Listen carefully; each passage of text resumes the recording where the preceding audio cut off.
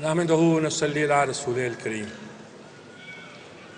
یہ کوئی جلسہ نہیں ہے، بتایا گیا ہے کہ سیمینار ہے، اور سیمینار میں صرف داد تحسین یا شخصیت کے بارے میں کچھ جذباتی گفتگو کا محل نہیں ہوا کرتا۔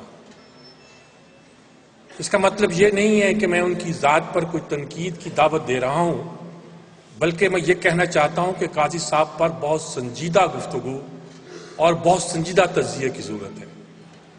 آغاز میں اس کا ایک فکرے سے کرنا چاہتا ہوں، لمبی بات نہیں کروں گا، گنجائش نہیں۔ فکرہ یہ ہے کہ قاضی صاحب جماعت اسلامی کے بانی ثانی تھے۔ وہ جماعت اسلامی کے بانی ثانی تھے یا نشاط ثانیہ کے وہ گویا علم بردار تھے، جماعت اسلامی کی نشاط ثانیہ کے۔ اس بات کو بڑے غلط انداز میں لیا جا سکتا ہے کہ سید مودودی کے بعد جو خلا پیدا ہوا تھا، اس خلا کو پر کرنے کے لیے قائد صاحب نے ایک لائحہ عمل اختیار کیا تھا۔ نہیں، میں اتنی بات نہیں کہنا چاہتا، شاید اس کا مفہوم بھی یہاں آتا ہو۔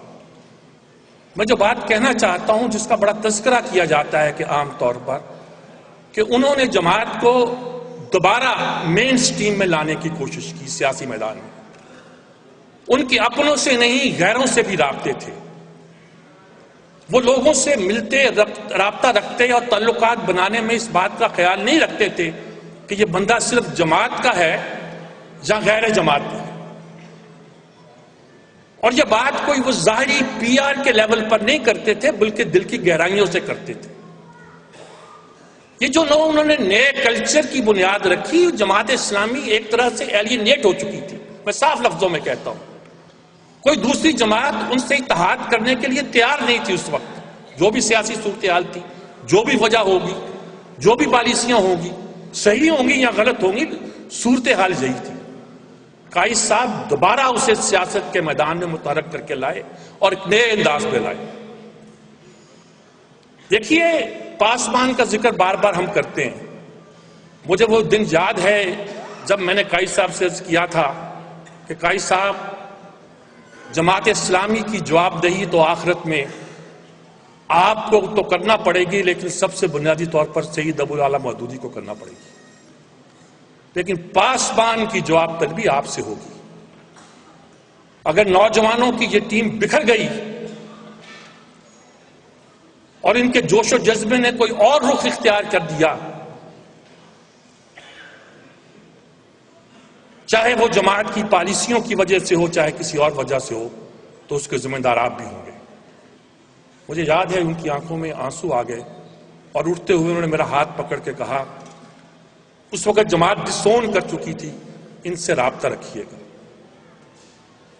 اسلامک فرنٹ ہو یا پاسبان کا تصور ہو، شاید قاضی صاحب اسے وقت سے پہلے لے کر آگے تھے۔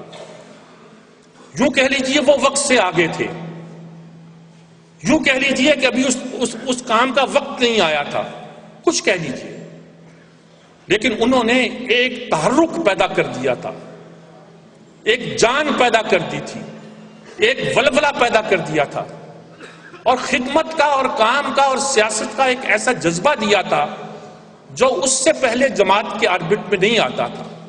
لوگوں نے بغاوت بھی کی، الگ بھی ہوئے، کیا کر لیا؟ سب نیک لوگ تھے۔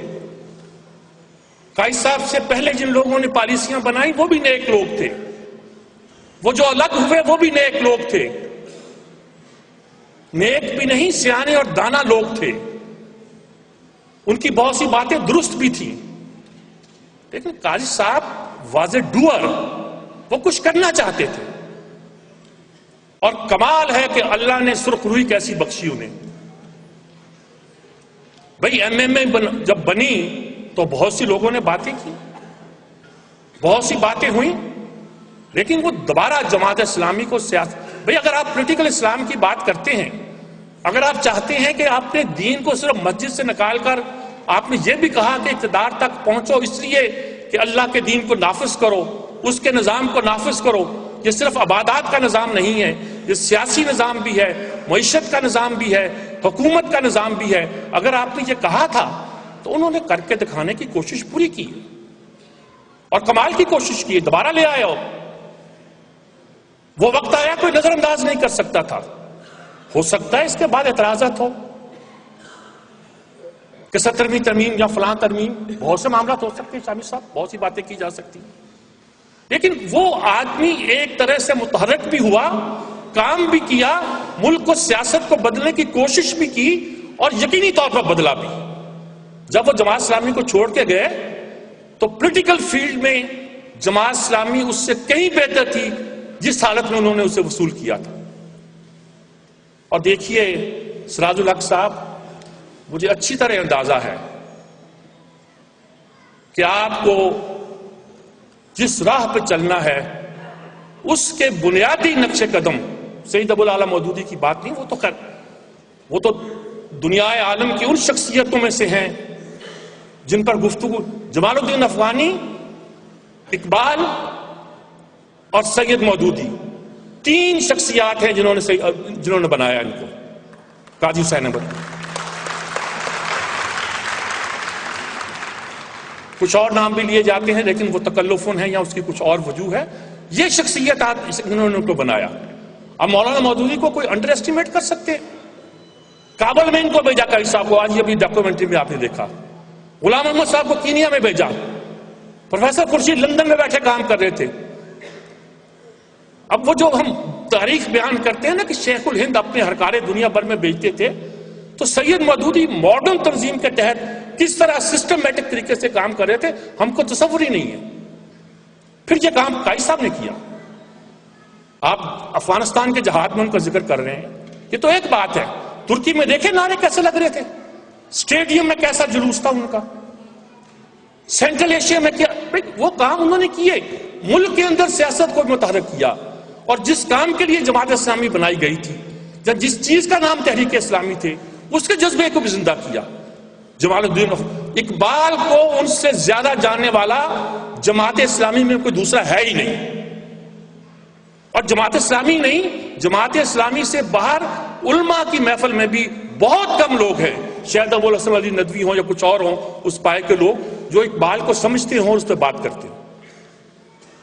یہیں بیٹھے ہوئے ایک بار میں نے ان سے عرض کیا تھا کہ قائد صاحب آپ اقبال پہ کتاب لکھیں، وہ مجھ سے اس کا خاکہ ڈسکس کرنے لگے، شروع کر دیا انہوں نے، یوں کروں کہ یوں کروں، یوں کروں کہ یوں کروں، کیسے کروں کیسے کروں۔